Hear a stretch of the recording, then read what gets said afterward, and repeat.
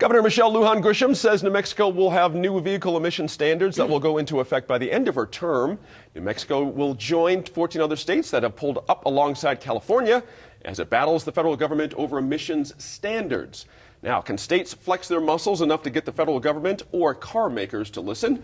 Joining me today for their valuable insights and opinions, we welcome line regular and UNM Law School professor Serge Martinez. Rachel Sams is here. She's editor of Albuquerque Business First.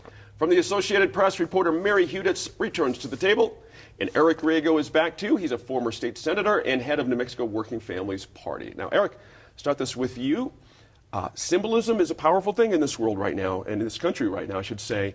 Is this more symbolism than reality, or what? How do you take this? Are we tacking behind California to kind of get in their draft, or is this really a thing here? I think it's a bold move. Obviously, we're not going to impact the national automobile market, to be honest. I think we're sort of a blip on in terms of car sales and so on, in terms of the actual economic benefits. And also, it's questionable how big an impact this is going to have on sort of the environment and climate change and our own climate goals. However, I got to give the governor credit for this is joining. It's not quite the majority of states yet, but it's getting closer to say, we're going to set a real clear standard here. Right. She's actually setting a pretty aggressive standard, 52 mpg for the fleet by 2025, I think it is. And just to say, look, we have a comprehensive strategy to get to these climate change goals. This is one thing that we can do. It's not gonna solve it. And I just want to say about the industry, like there's this myth that the industry is somehow, 17 of the major automakers are saying this is the right thing to do, because the rest of the world, in terms of our own competitiveness, them being able to compete in these markets where higher fuel economy standards are really important for consumers. So this isn't some crazy just green initiative. This is really about being competitive in international markets for our domestic industry. And of course, for our state to be part of it, I'm super proud that we did this, and I'm glad that I think it's the right thing to do. Interesting. I want to come back to you on the idea of methane as well, as part of this as well, everybody.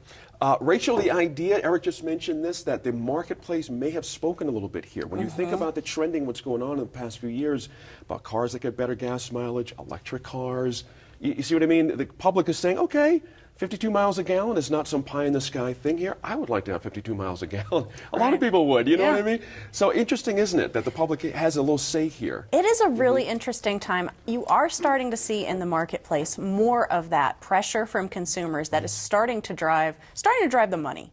I think of, when we talk about this, I think of Facebook in Los Lunas. You have a bunch of renewable power in Los Lunas because Facebook came into the state and was like, hey, PNM, we want renewable power in our data center in Los Lunas. Interesting. So when you start to see that demand. Let me ask you this. You bring up an interesting point for business. Does this signal something to business out there? Is this a flare out to the rest of the country? Said this governor, and we take this kind of thing serious? Does business pay attention to that kind of thing? That could be. Okay. Yeah, it could be something to watch. If that is a big issue for you and you're looking for folks who line up on that principle, then yeah, it could get attention. Gotcha. Mary, auto emissions, second highest form of greenhouse gas emissions here in our state after oil and gas. It's not a small thing, certainly. Is this the right approach, I guess, is the fundamental question here. What does New Mexico get out of this? Well, I think certainly the New Mexico gets the full Democratic across the board practically leadership gets its headway into the issue, and then tacking on to, I think, like a national movement around states' rights. It's interesting, the resistance against the federal decisions. I think that is part of a trend that I think that they might feel some tailwind on. Who knows? Right, exactly right. And Serge, when you think about it, I was interested in the pushback from Republicans. I mean, she made the announcement in New York. She had to take a plane and use some fossil fuels to get to New York to make this announcement. I get it. However, your sense of it, how this was rolled out. Was this something that, was she looking for something New Mexico specific, just to quietly add on here? What's the sense of how this is going to go down for New Mexico? What's your sense of that? I don't think that, as I was saying, this is going to be, everyone suddenly pays attention and says, oh, New Mexico did this, therefore we all do X, Y, or Z. But I think it really is an important statement that this is what New Mexico sort of is standing for. This is important in New Mexico. And every state that jumps into this and says, this is the position that we're taking, it does, as Rich was saying, it drives market, it drives, it weighs in on this battle between California and 22 other states, I think it is. Yes. The other states and automakers who want this. That's right. And it says, this is where we are, we're adding our weight to this. And I think it is important to stand up and say, we are with this, we're part of this fight, and New Mexico is small but not unimportant. And it's not just symbolic, it really adds weight to this whole conversation, and the whole, the actual outcome is going to hinge on New Mexico and other states taking this action, regardless of the small size of the actual number of cars being purchased. Sure. No, good point there, actually. I want to talk about methane, and the governor has talked about this as well, and some new technologies out there to track methane clouds around New Mexico, Four Corners. We've been dealing with this for a while. Part of a bigger strategy in your sense for the governor? Is this part of an overall picture about clean air, clean water, clean everything here? Yeah, so I'm much more encouraged by the auto emissions move. I think it was bold, and I give the administration all the credit. Also thinking through the infrastructure. If you're going to do that, we have to invest in the infrastructure for electric cars, for example. I'm a little more circumspect about the methane rules. The people who know this much better than I do aren't sure whether this is real. This to me sounds a little more symbolic, mostly because. And again, I'm far from an expert on this, so I know just enough to be dangerous on this, but from folks who I trust, is this really going to make any significant impact on our climate goals, on our, certainly something has to be done. Right. Is this technology and is this project really going to get us there? Nowhere near what we could do compared to what we really having aggressive auto emission standards.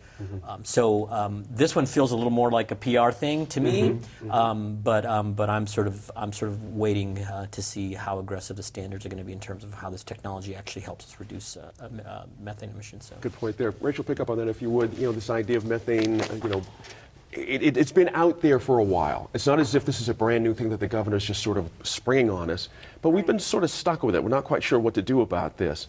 Is this the right way to go in your view in how she's kind of attacking this, making it more higher profile, I should say, than it had been? It's definitely, it's an interesting time to see all of these issues coming to the forefront, right? I think it's a time when a lot of players are going to have to make some tough decisions because there is a lot of pressure and anger right now from constituents, from consumers, from folks, voters about climate change.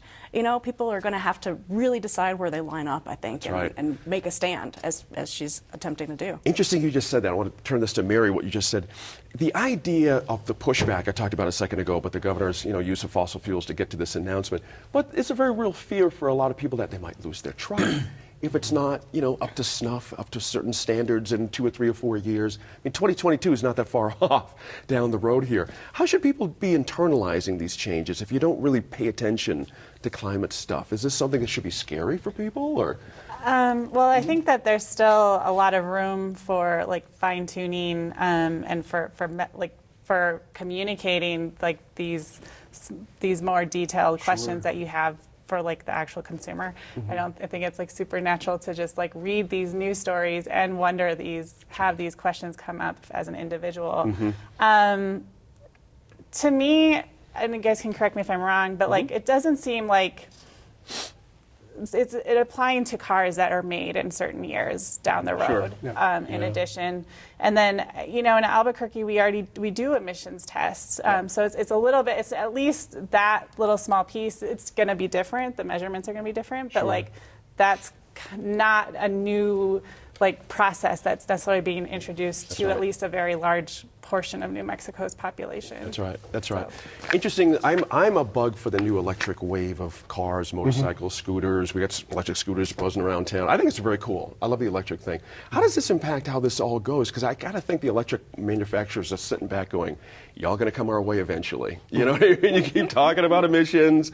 Hello, we got zero over here. You guys will really get after this. This is the way to go. Is this a boost for the electric? Oh, yeah, absolutely. Yeah. But I think it also is an acknowledgement of that is the way things are going. I think, in the industry, folks are aware that that's where this is going to go, and it's just a matter of time, and they're waiting for everyone else to sort of catch up to that and the dust to settle. But yeah, I don't think there's any way that this this will obviously push us along, but regardless of this, that's where we're going. That's right. Does this help with the infrastructure? A lot of folks I know in the electric business are frustrated we're not getting along in the infrastructure. Is this boosted? I hope we have a real conversation about that. Like there's all this, ironically, all this oil and gas money that's helping all this infrastructure. We're talking about broadband, talking about a lot of really positive things that are sadly paid for by this really, really troublesome climate affecting source of energy. I will say, I think a lot of this has to do with, the Energy Transition Act decision was, while most of the environmental community was for it, there has been some pushback that does this put PNM in too much of a monopolistic position? Are consumers going to bear the brunt? So I think that part of what's going on is not just the governor, but I think folks who are supporting this transition to a much cleaner economy are trying to sort of say, look, it's not just that. We're doing a lot of things, and we're trying to, it's the auto fleet. And by the way, there are a lot of cars that are older will be grandfathered. So really, it's the newer cars. I think current law is 2011, and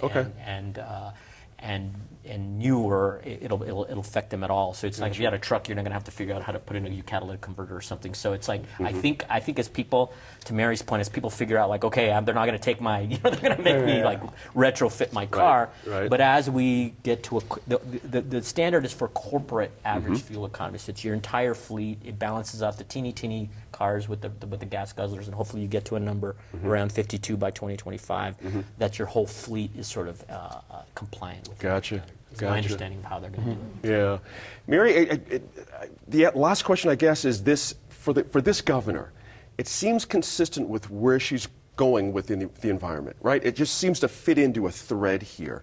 Politically, is she on safe ground here? It's going to work out? It's just ideas going to come and go and all that kind of thing? I mean, it's definitely following, like you said, you mentioned the ETA. So it's interesting, I think, to watch because she has to be mindful of, the industry in the eastern part of the state. That's right. And you can see the balancing of that, especially with the methane emissions discussion, That's right. or the methane discussion, so I don't know that I have a strong forecast on that, but you can see that there is a mindfulness of like this, a large part of the electorate is progressive on this point of the environment, and then there's catering, or catering, I don't know if that's the right word, but there is like keeping in mind the needs and demands of the oil and gas It's industry. hard when I, my sense of it when I see her talk about the Permian Basin being a high